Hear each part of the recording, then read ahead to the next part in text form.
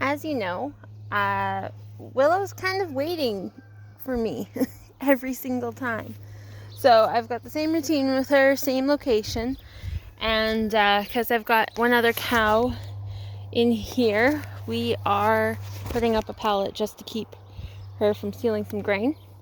So we keep her going. So I'll just get her set up here. She knows where to go. I will get my iodine.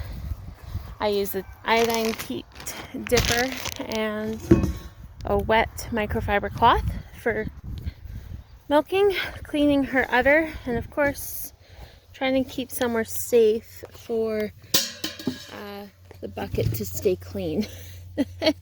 It's kind of getting gross here. I gotta clean it out shortly.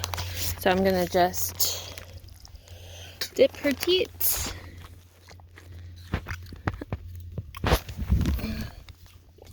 And that's it.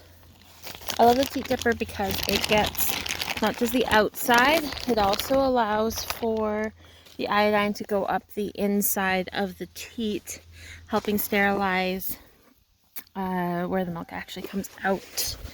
And even though I've got, yeah, I know you fool, so I waited extra long today, I wanted to show you guys some techniques that I'm using with her just to get her to be a great milker and standing. So to do this, she needed a really full udder.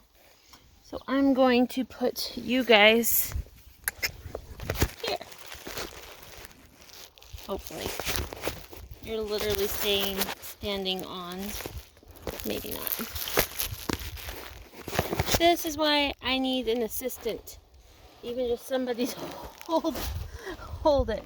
So she's really full. So then I just squirt out a couple, and she's going to kick. So, or not kick. She's going to raise her leg. She hasn't kicked me yet, thank goodness. But she does raise her leg, and how I stop that is I keep my hand against the inside of her leg here. I can also ask her to move her leg back to widen her stance. Right here in the curvature of her leg, I just push firm pressure until she moves her leg back, and that's asking her to widen her stance for me. And now usually because she's uncomfortable like that, I keep my arm here against her leg, exactly like that, firmly, so that if she lifts her leg back up, she meets the pressure of my arm rather than actually putting her foot in the bucket or dumping over the milk or worse. So I'm going to gently relieve some pressure. She is very accurate with her tail. She is whacking me in the face on purpose. She does this more if I'm on a video call or doing a video with somebody, because she knows I'm not 100% paying attention, and they know that. They have 310 degree vision. Think it's just, she's swatting at flies. No, she's hitting me in the face on purpose. I can tell her calf has drank a lot from this teat. He's getting a lot bigger, but he prefers her left side. So her right side is a lot more full. So I'm going to focus on that today. So I start with very little pressure to begin with, especially when she's so full in these two teats. If you just do hard pressure right away, you're going to get more of a rebellion, like a raised leg or a potential kick, because it's tender, it's sore. So gentle pressure. You're really good, honey. This is going to be very consistent throughout the video, I feel. She normally doesn't do that. It's just me being quiet. So then as you do quick, I mimic the way that the calf nurses. So I do quick little pulsions at first, which is the way that the calf, when it's hungry, seriously, dear. When the calf is nursing, they'll do it really quickly at first because they're hungry. So, and then as they get some milk into their system, they slow down and they take bigger, longer drinks. And that's when I've got some movement, some available space with the teat. Then I start doing longer, a little bit harder strokes with the teat because, yeah. Put your leg back. Also, putting a shoulder in helps them shift their weight or step over. Come on, honey.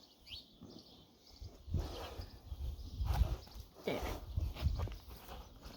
All right. Because she, gosh, you're good with that tail.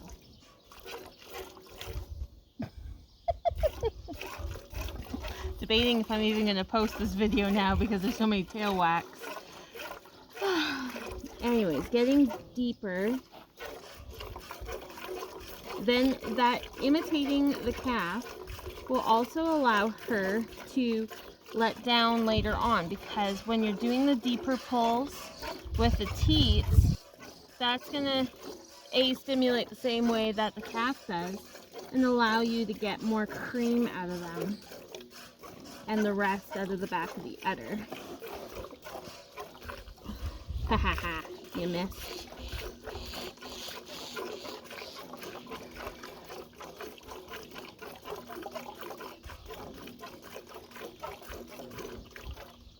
I have to change my positions with my hands a little bit because milking 2 cows right now by hand, you get 4 arms of steel, and definitely need to work your way up to being able to milk a whole bunch in one day, because right now I'm milking about 2 gallons a day. I really should put a hat on so she gets my hat, not my head. Alright, that teat's getting a little bit less in it. It's this back teat that she likes.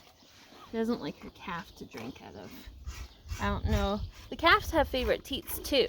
They prefer one or the other, and you'll notice that. I generally milk the teats that the calf doesn't want because it creates equal stimulation in all of the teats. Helps prevent mastitis when you have proper milk flow. They tend to let down easier on the teat that the calf is drinking from, but I don't want to overstimulate that individual teat, because the udder actually works in 4 separate quadrants, and each teat will make milk based on demand. So if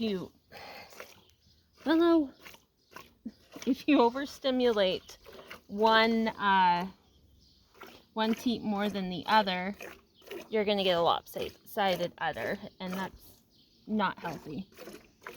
I need better peripheral vision. Just sprayed my boot.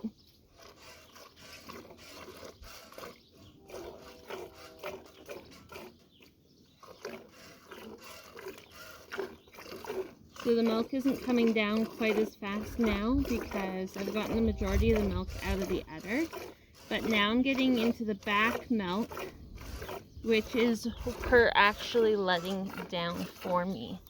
Notice I've basically been milking the one teat the whole time. It's been the back right quadrant, and working my way back, because that's where all the milk is for me, because the calf has been in the other teats, or especially the left side. So getting out some cream.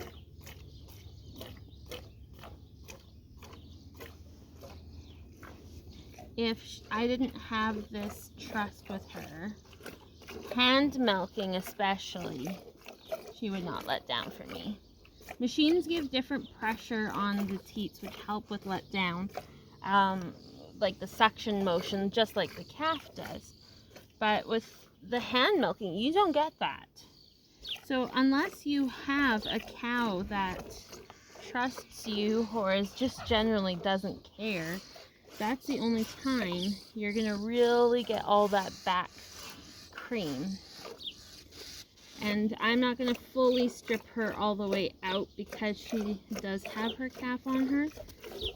Not on all of the hair in there. Not all of the cream, that is. But I am going to do 2 teats because I want the cream. So I'll leave the front teats. So she's just giving me, that one's still pretty full. There's still stuff in there. But that's the calf's teat. I know he'll go after that one first.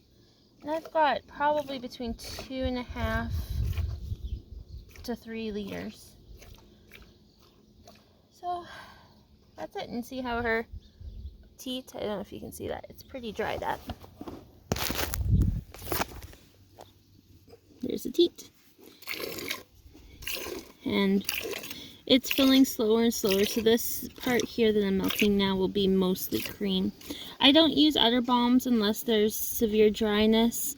It doesn't look like this when I start. It's pretty plump, more like this one when I start, so it's not like I'm going to be chafing her or hurting her. And that's why strip milking is harder on the teat, but if you just generally squeeze, that's more gentle on the teat and doesn't require anything else. And I won't use iodine now. I use the iodine dipper again after the calf, or after I'm done milking, because the calf, if she doesn't have one, then it helps prevent bacteria from going back up the teat, because they stay open for an hour or so after you milk. So it's important not to, like if she lays down on poop accidentally or bacteria in the ground, that can get up there and cause mastitis, which you don't want. So that was our milking session. I'll take the bucket away, and that's about it. Thank you.